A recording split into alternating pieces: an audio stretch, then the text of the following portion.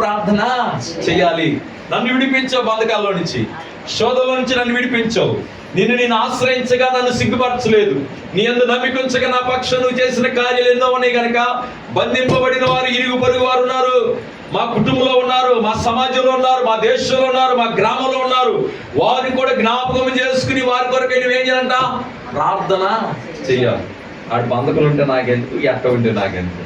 అయిపోయిందా? పడ్డా? పడ్డాడులే, హ్యాపీ. శత్రువు పడినప్పుడు అని చూసి సంతోషించకూడదంట. నువ్వు ఎప్పుడైనా పడ్డావుడికి అవకూడదు, ఏం చేస్తాడు? ఒక్క నవ్వే వాడు 7 నవ్వులు నవ్వుతాడు. అవునా కదా?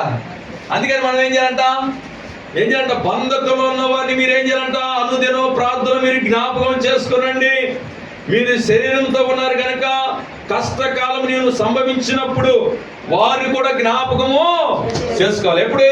ప్రార్థనలో జ్ఞాపకం చేసుకోవాలి. నువ్వు సహాయం చేయలేని స్థాయి ఉంటే సహాయం చేసే స్థానం లేదనుకో, ప్రార్థనలో జ్ఞాపకం చేసుకో.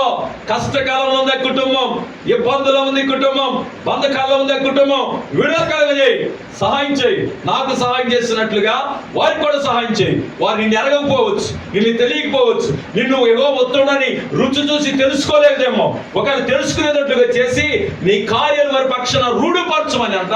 అనుదినము ప్రార్థనలో జ్ఞాపకం. ఎట్లా చేసేవాళ్ళు ఉన్నారు? మా అబ్బాయిని కాపాడయ్యా, మా అమ్మాయిని కాపాడయ్యా, ఎకరం పొలం వేసానయ్యా, వర్షాలు రాకుండా సహాయం చేయి, మంచి పంట పండాలయ్యా, మంచి ఉద్యోగాలు రావాలయ్యా, మమ్మల్ని కాపాడయ్యా, మా ఇంటి చుట్టూ కంచి వేయా, నేను వెళ్ళే పని సఫలం అవ్వాలయ్యా.